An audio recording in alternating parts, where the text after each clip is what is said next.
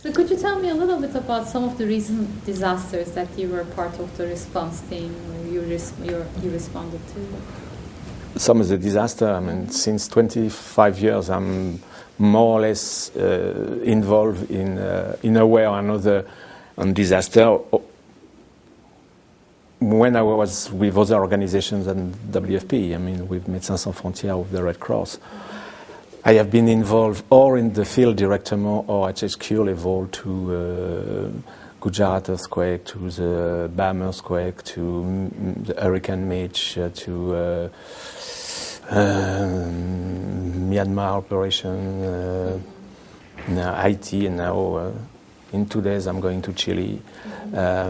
So most of the big disaster in the world for the last 20 years I have been involved with.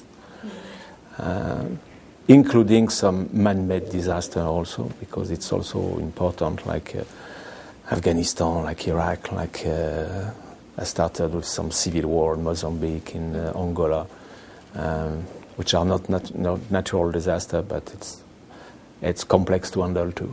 What kind of roles or responsibilities did you do? I mean, were you in the field or? No. For IT, I was not completely involved because it was some of the people in WFP, but the IT response was quite challenging because of the size and because of how it has happened, and in the country it has happened, to overcome all the big logistic challenge that we were seeing, and so the how we work, I mean, is to immediately think about how we are going to operate. What is the best way to reach where the disaster strike and to reach the beneficiaries? And it's not often the right direct way that we have to take to make sure that we will deliver what is needed in a quick manner. So, for example, in IT, it was we were thinking of, and we have done some base in Santo Domingo, thinking also on Miami, the normal commercial route for IT, and then looking at where we can have some staging area, some port, because the port of PowerPoint was destroyed. So to organize ourselves to say it's how we are going to operate. And after we bring the things from this different channel and supply chain route. And that needs to be done very quickly, because not only for WFP and deliver the food, but also for our partners as logistic cluster lead, we need to be very quickly on the ground and propose solutions where there are gaps. And that needs to be done quickly. So we need to have some experience to do that. It's not written in any book. And to be able to serve these people for moving their cargo as quick as possible, that they can operate in the theater of operations. So, I mean, you mentioned some of the big logistics challenges in Haiti, and of course some of them have been really on the news and all that. Can you speak to some of the big ones that you were faced? And inefficiencies due to these? Inefficiency, I don't know, but for example, the main challenge is an airport closed and broken. I mean, what to do? And fortunately, we have the support of the US military, which they have taken over the airport, responding to organizing the slot and the window for all of humanitarian organizations. And without that, I mean, we will not have been able to use this airport. Challenges is also because it's an urban area. It's most of the destruction, so it's very difficult to organize some distribution points. And all the people have been affected, including our staff, because we had some staff in IT, and so all the even it was poor infrastructure, but on top all this government infrastructure, people, etc., or they were dead or destroyed or looking at their family. I take just an example about transport company. At the beginning, it was very difficult to find transport company. They were there, But the people, they were looking at their families, their relatives, and etc. And they came after 10 days or something like that to say, hey, we have a fleet that you can use. That is what's quite unique in this IT response problem. So what did you do? I mean, how did you respond? But we hired trucks from Santo Domingo, which was the only solution. But people from Santo Domingo were a bit reluctant to go to Haiti, but we managed to organize that. We organized also the fuel from Santo Domingo immediately after the disaster because we knew that it will be a problem. So we made a deal with the company to bring the fuel, and the first weeks, the fuel were available for all the community, and now the fuel system, service, etc. is working again. So what are the type of activities that WFP do for pre-planning such a disaster? That is a lot of what my unit is doing, logistic development unit. So it's first of all to have the right staff. It's not easy to deal with a disaster. You need not only technical skills, but you need to be able to work under very intense stress. You need to have a mindset linked to that. So we are doing some specific training for that, where we simulate an emergency and we put them in this context. That is for WFP, but we do also this same type of training for the humanitarian community, for the logistic cluster members. And that is something which is very important to build a network also. This training is also to teach about the cluster approach, etc. But I mean, most of the people going through the training, they will go to this emergency, and they will meet again, and it's a network building. So on the staff is some of the things that we do, plus technical training, plus management training, plus what for me is what I call soft skill training, which is very, very important. Is a logistician is not anymore somebody who is only moving goods, a humanitarian logistician. And good is also dealing with negotiation, managing a meeting, which is not easy when you have many NGOs in the same meeting. So we have done a training which is available for the community.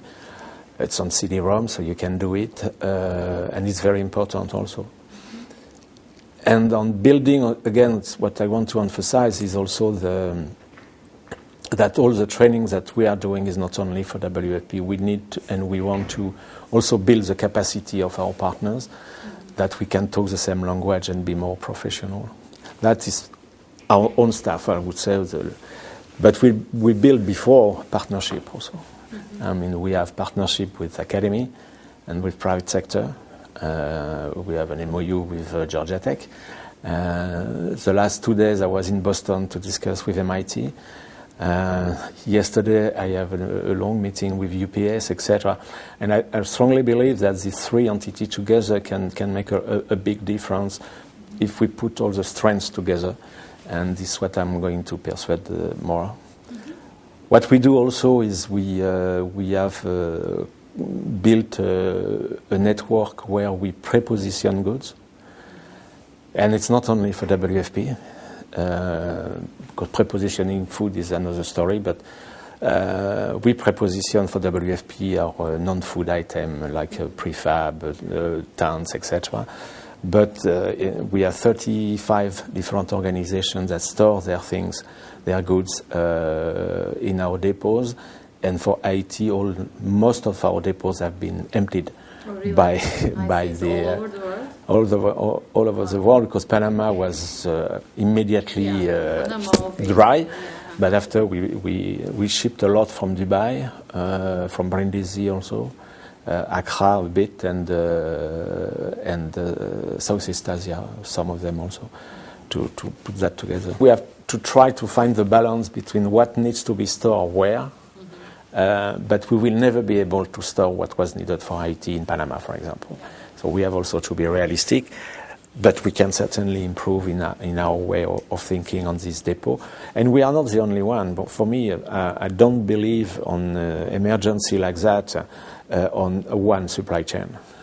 I don't believe at all on that. It should be several supply chains, but coordinated in a coordinated manner. Otherwise, it will be congested. It will not work. So, what do you see your WFP's role will be in the medium term and the long term in Haiti? It's a good question, which I don't have the answer, I would say. Long term, I don't think WFP is I'm sure WFP is not a development agency. We will stay at least until the end of the year, so I think it's a plan now, because the IT problem will not be solved even in 1 year. But on food distribution, maybe after the things, and it's a if also, we have to think of the planting season, which is very soon now. So we have to bring also, it's FAO and all partners to bring the seeds and etc. to be able to grow what is needed. So after, I mean, it's very difficult to predict. I'm very much concerned about the incoming rainy season and hurricane season. Because if what has happened in 2008, where they have been hit by 4 hurricanes, I think, Haiti. If that happens again, even only one, it will be a real strong disaster, because it's obvious that we will not be able, as humanitarian community, to rebuild, and the people will be still in towns and shelter if an hurricane strike again Haiti. So, I mean, did you see anything in the Haitian response where you felt that it wasn't like it could be improved? Specific things, I think we could have been a bit quicker, I think. In terms of the whole community, or in terms of... At least WFP, I think, to be frank. I'm not saying that on that particular case it was a question of saving lives, etc., but we could have done a bit quicker. And after, we have all the same problems that we face in all disaster. I mean, it's coordination mechanism. I think in logistic was quite okay with the logistic cluster quickly on the ground. That is something that now we have learned and we know how to handle and WFP with our partners, because at the beginning the head of the cluster, one of the guys from the cluster was not WFP, it was from another organization working for us. So it's a joint venture, and that, with the experience that we had in a lot of emergency now, we have quite improved a lot. The way of thinking, one important thing is the information management. I mean, to give as quick as possible the customs procedures, to share information about the pipeline, if we get the information, etc.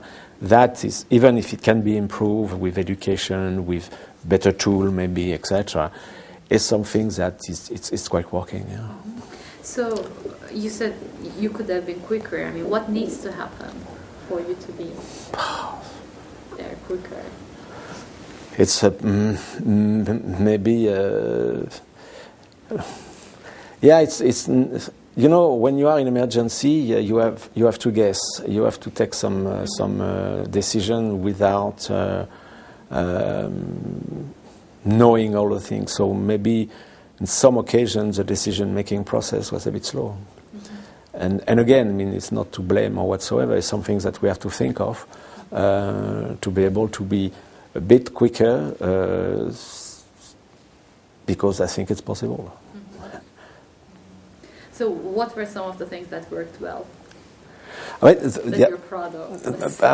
I'm proud of what in general we have done, even if we have been a bit not slow, but what we have done was great. I think that our customers, which are in food, I mean, I know you have seen on media that it was a bit slow, but we cannot bring food in 2 days. It's some, yes, a biscuit and etc., but to have full ration is not possible. So that's what we have done.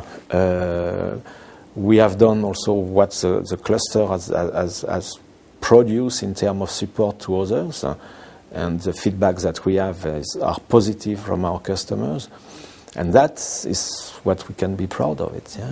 Could we talk a little bit about WFP's involvement in long-term aid, but I mean not in developmental aid because WFP doesn't do that really, but I mean you do have long-term programs.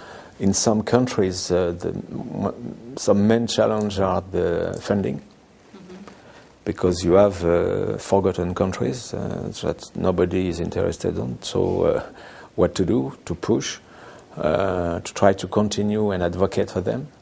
And you have some countries that still will be challenging until the conflict is over. It's Sudan, it's Afghanistan, it's Democratic Republic of Congo. That you, on top of the uncertainty, you add bad logistic infrastructure, rainy season, complexity of this huge country. That are big challenges. And but what we try to do also, which I didn't mention, is in some countries, because the panel was we are talking about capacity building, is what we try to do also. It's not only drop the food to the beneficiaries. I mean, we try to build local capacity. We have some program for that. We have a program which we call, for example, P4P, Purchase for Progress, which we try to help the small farmer to better sell their food, basic warehouse management, because they lost a lot, because it's not at their level, it's not well stored. This type of things that and put them on the market. We have also some programs that will start soon in Iraq to help the Iraqi government to manage their supply chain for the people in need in Iraq, which is a government approach to bring food to these people, and it's a big challenge in Iraq, as you know. So we have also programs, often managed by our regional bureau, to build up capacity from to the governments, as such. Do you think about measuring or evaluating the effect of WFP aid in the medium term or the very long term? So that maybe, but that's not my shop. And no. But what we want us first as the logistics department is to, and you know that because we have discussed that a lot, is improve our efficiency, have a better visibility of our supply chain globally, and find some solution where we can be more efficient in prepositioning, first of all having the visibility that the field can exactly know, measure, and now the technology is there. I think it's a question of how to do that. So, kind of finally, do you have any if you were to say something, give a message to some, like to your organization or to other NGOs, government, military, donors, private industry, academia, what would you say? I would say that what is needed is what we do already, but it's work together. At all level, each level, preparedness, response, reconstruction. I think it's important, and everybody have seen the difference when we are better coordinated, and not only when it's a response things. It's on preparedness, which is crucial to put our eggs in all together, and it's coming. I mean, it's coming, but it's not. Still a lot to be done, but it's coming. But together, we will make the difference. So, final question for you personally. I know that you've been working in this field for many years. I mean, and it's one of the hardest fields that you can imagine. What drives you personally to keep working and facing the challenge? Because I think it's also rewarding to work in that environment. You know why you wake up in the morning. And it's also because it's moving in the right direction. I think we went through a lot of problems and tried to build something, and now it's coming. And it's what I mean, in this world, I mean, okay, it's tough sometimes, but you learn so much. You discover so many countries, so many different people, that it's also a big plus for us, for me, to be able to travel and to understand that the different culture. So it's a win-win situation also. So it's tiring. Yes, it's sometimes tough to see what is happening and to see the distress of the people. But in another way, it's good because we think we have an added value, and we discover fantastic people everywhere. So it's great.